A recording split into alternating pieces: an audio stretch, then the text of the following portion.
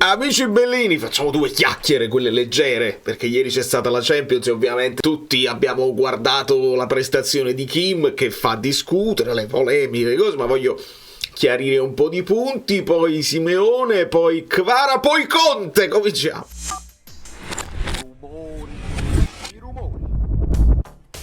Perché si deve sempre parlare di Conte, ci sono sempre novità, le primizie. Benvenuto Fabrizio Ciappa. Ciappa è il nuovo subscriber e iscrivetevi al canale se vi va, non ce ne frega niente a nessuno, e lasciate il like se pure voi riprendereste Kim, torna a casa amore mio, che lì non ti valorizzano, non ti hanno mai dato, non sei mai stato centrale, in panchina, giocano gli altri, ma è proprio vero che si è fatto tutta la stagione in panchina, perché poi se uno guarda la Bundesliga io mi fido e dico ascolto, e infatti io so parecchi subscriber dalla Germania e mi fido di loro più di quelli che parlano di tutto, che sanno proprio tutto di tutto e non sanno mai niente. E quindi quando mi si dice ma quello Kim gioca malissimo e scarsissimo, un attimo solo, prima di arrivare a quello che è il conquibus, cioè la mia idea sulla partita contro il Real Madrid, giusto per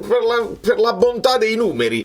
Kim, vediamo qua come minutaggio di questa stagione, un totale di 33 partite, alcune entra, alcune viene sostituito, 2500, quasi 2600 minuti. Ok, ricordiamo che ovviamente deve saltare queste 5 partite per la nazionale, poi c'è stato qualche panchina, un leggero infortunio, ma non esalta molto come infortunio, e insomma, questa è la situazione. Dopodiché, ma Mattias de Ligt ne avrà giocate molto di più? No! Le porta 27 di partite, ma come minutaggio 1700 minuti. Anche qua vediamo prende una botta, una rottura parziale, quindi qualche infortunio anche lui, qualifica, un paio di panchine, botta eccetera eccetera. Upamecano, perché poi la bellezza del Bayern è che hai già De Ligt e Upamecano e ti vai a prendere Kim, e poi a gennaio si vanno a prendere Dyer e quindi Upamecano 2100, quindi un po' di più di De Ligt ma sempre un po' meno rispetto a Kim. Upamecano, e poi loro prendono Dyer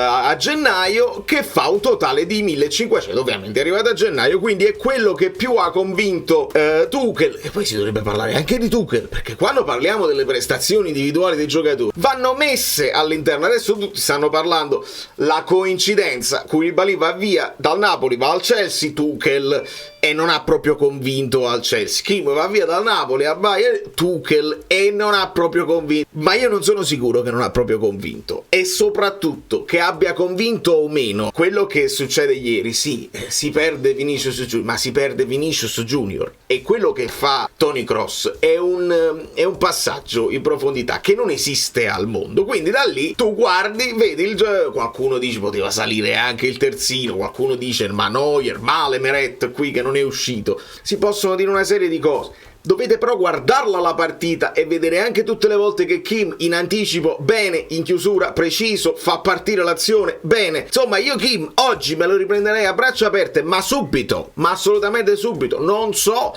se lui ha alcuna intenzione di andarsene, se lui per mentalità vuole imporsi e diventare the monster anche al Bayern, se gli piace, se lo convince la lingua, il cibo, i compagni di squadra, l'allenatore. Quindi è un discorso che deve essere generale, è un discorso che mi porta a riflettere quando noi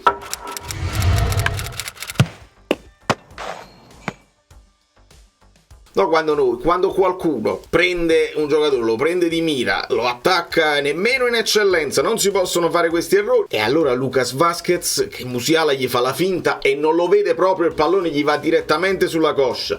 E lo stesso Kim che abbraccia e fa un rigore un po' flimsy, e non si fanno nemmeno in eccellenza questi errori. Si fanno perché è la Champions League, perché ci sono avversari forti. Gli avversari, ragazzi, dobbiamo cominciare a valutare che nel calcio ci sono anche gli avversari. Ad un certo punto l'avversario ti ruba il tempo, tu stai facendo quello che stai facendo, rigore, capita, noi ci rimaniamo male, al momento ce la possiamo prendere con, però poi a freddo, nel ragionamento a freddo, ci ricordiamo che sono esseri umani e ci ricordiamo che per dare più di quello che sono ed essere continui nelle prestazioni devono essere messi in condizione da un allenatore che ci crede, da un allenatore che fa cadere le penne, da una serie di situazioni anche ambientali, di compagni dove tutto funziona e alle volte nemmeno basta perché ci sono gli avversari. Questo era il concetto principale che volevo far passare. Dobbiamo essere un pochino meno sclerotici, un pochino meno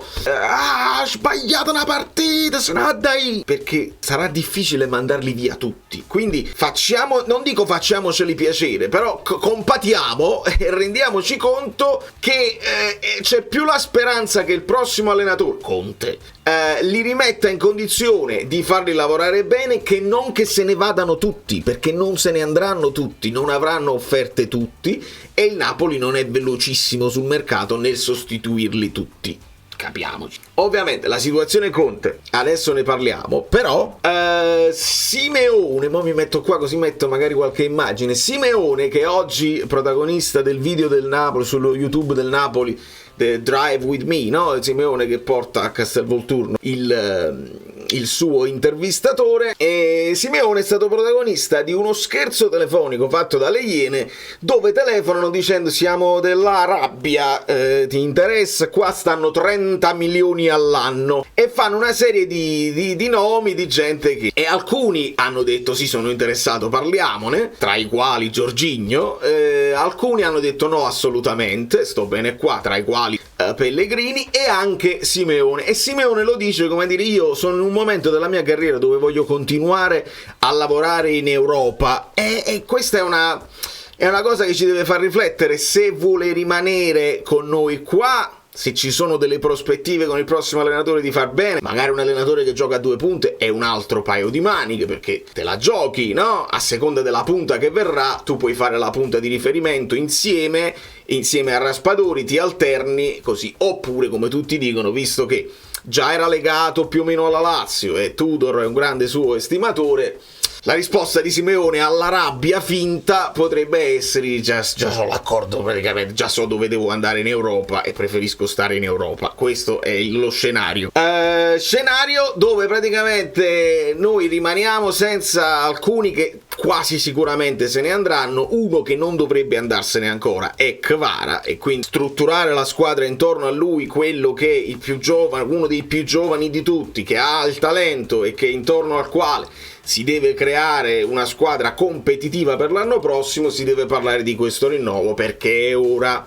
Ricordiamo che De Laurentiis ci disse: io lo volevo già fare, poi gli agenti mi hanno detto no, siamo a posto, non ti preoccupare, non è che ci puntiamo i piedi, però ne riparliamo più in là. Quindi con la consapevolezza che Kvara, anche il canale Telegram vi siete iscritti in descrizione, perché sennò non vi arrivano le notifiche, come si fa. Quindi Kvara, anche consapevole con il suo entourage, dice: io faccio comunque una buona stagione anche in un marasma generale, quindi posso chiedere anche qualcosa in più quando si andrà in sede di trattativa, perché non può prendere 1 e mezzo un ragazzo del genere. E adesso si parla, ne vogliono 5, ne vogliono 6, hanno già contatti col Chelsea, con il Barcellona. Io credo che le grandi squadre un occhio su Kvara l'hanno tenuto, sia l'anno scorso, che è stato l'MVP generale, sia quest'anno nel marasma di cui abbiamo parlato. Comunque Kvara le sue prestazioni le ha fatte, anzi alcuni numeri sono pure più alti, come dribbling riusciti, come tiri in porta, insomma si prende la squadra in mano anche da solo. Non credo che il Napoli passi da 1,5 fino a 6 come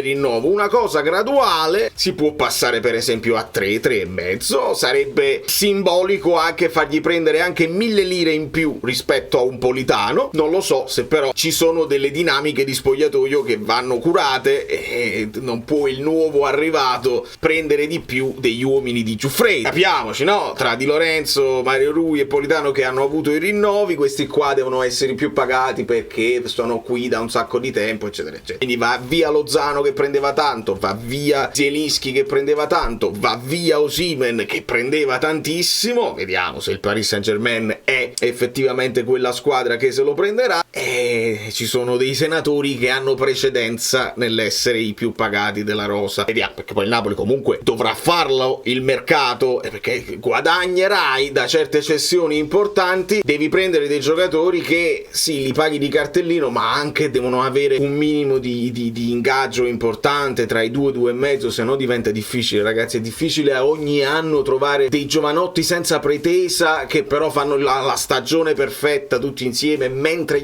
ci sono gli avversari. Io ci tengo moltissimo, ecco perché è importante guardare anche altro calcio, guardare altri campionati, guardare le coppe europee. Oggi dobbiamo guardarci il Borussia col Paris Saint-Germain, ma poi c'è l'Europa League, poi c'è la Conference League, quindi ti rendi conto che esiste altro calcio, esistono altri ritmi, esistono altre mentalità. E se è vero come è vero che la squadra contro la Roma a me è piaciuta, vi ho fatto vedere nei vari screenshot un po' comunque troppo isolamento quando la palla finiva ad Osimhen, e non accompagniamo tutti. Si può anche fare la partita dove tu aspetti un attimo come fa il Real Madrid, ma quando riattaccano tutti e sono tutti famelici, rientrano tutti, si può fare, ecco, si può fare. Quindi dobbiamo guardare il calcio un attimo più con un'apertura mentale a 360 gradi, facciamo il giro e torniamo al punto di partenza. E per quanto riguarda Conte, che praticamente è fatta, già sta a Napoli, non vi preoccupate, la casa eccetera eccetera, adesso esce quest'altra notizia che pare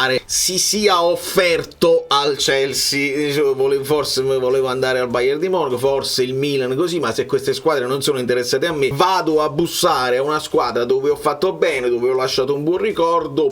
Sembra, però dobbiamo soppesarle le cose, no? Se sono bufale, possono essere bufale anche queste. Sembra proprio, pur di non andare al Napoli, che è l'unica che sembra convinta, se è convinto, De Laurentiis, perché è libero, lo puoi fissare anche adesso, già firma. Preferisco offrirmi ad altre squadre. Vediamo, teniamo le orecchie bene aperte e cerchiamo di capire, perché poi non vorrei che si occupano le caselle e arriviamo al ritiro e non sappiamo. No, prima del ritiro ovviamente si saprà, si deve sapere al momento, il giorno stesso che finisce la Serie A. Si saluta Calzone col tweet già pronto nelle bozze, si saluta Calzone, si ringrazia tutto, benvenuto mister, deve essere così assolutamente, insieme al direttore sportivo, perché abbiamo salutato anche Meluso. Da New York Valerio Fluido è tutto, chi è arrivato fin qui lascia l'emoji dell'alberello, non lo so perché, senza alcun motivo, e